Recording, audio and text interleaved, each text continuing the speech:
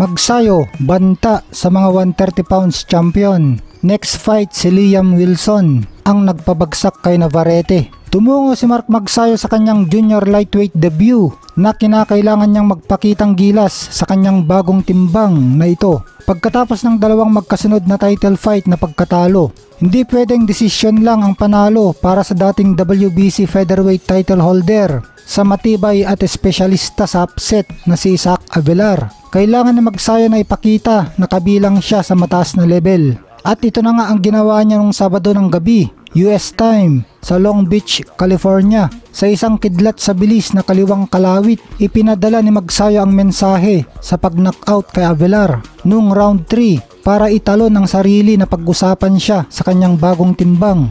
Sabi ni Magsayo na mas relax siya, mas malakas at komportable. Malakas daw ang binti at hita niya. Ramdam daw niya ang power na nandun at hindi nawala na tulad nung huling dalawang laban niya. Si Magsayo, 28 years old, ipinanganak sa Tagbilaran City, Philippines at kasalukuyang nakatira sa Valencia, California, ay sinabi na ramdam niya na pigang-piga siya sa kanyang huling laban kina Ray Vargas at Brandon Figueroa, kung saan nahirapan siyang pigain ang sarili niya para pumasok sa 126 pounds weight division na pinaglabanan na niya simula pa nung naging professional siya bilang teenager noong 2013. Sa ngayon, masaya si Magsayo na nagagawa niya sa laban ang mga pinapractice nila ng kanyang coach na si Marvin Somojo sa training. Dahil kung piga daw siya ay hindi niya magawa ito kahit gustuin man niya. Ngayon nandito na daw siya sa 130 pounds. Siya daw ay banta para sa mga champion sa 130 pounds division. Sinabi naman ni MP Promotions President Sean Gibbons na ang plano ay muling lalaban si Magsayo sa Marso o Abril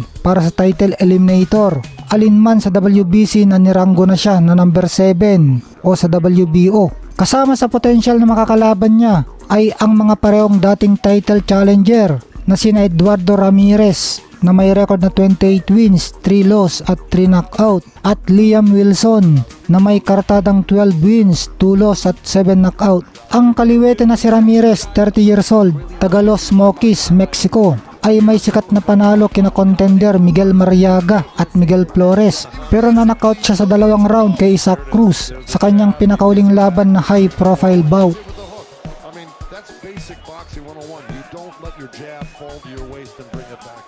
Ang 27 years old na si Liam Wilson, taga Australia, ay pinahirapan niya si Emmanuel Navarrete sa laban nila na WBO Junior Lightweight title noong umpisa ng taong kasalukuyan. Pinabagsak niya ang paboritong si Navarrete bago siya napigil nung round 9. Pero nakabangon siya ng unanimous decision kontra sa walang talo na si Carlos Alanis noong Agosto. Bumalik ensayo naman na si Magsayo 2 araw lang pagkatapos ng laban niya kay Avelar. Gusto daw niya maging handa para pag nakakuha siya ng fight date. Plano daw ni Sean Gibbons na bigyan siya ng title eliminator fight at gagawin daw niya ang tingin ng kanyang promoter at manager na mabuti para sa kanya. Ayaw daw ni Magsayo na mawala siya sa kondisyon. Totoong maganda daw ang pakiramdam niya sa kanyang bagong timbang.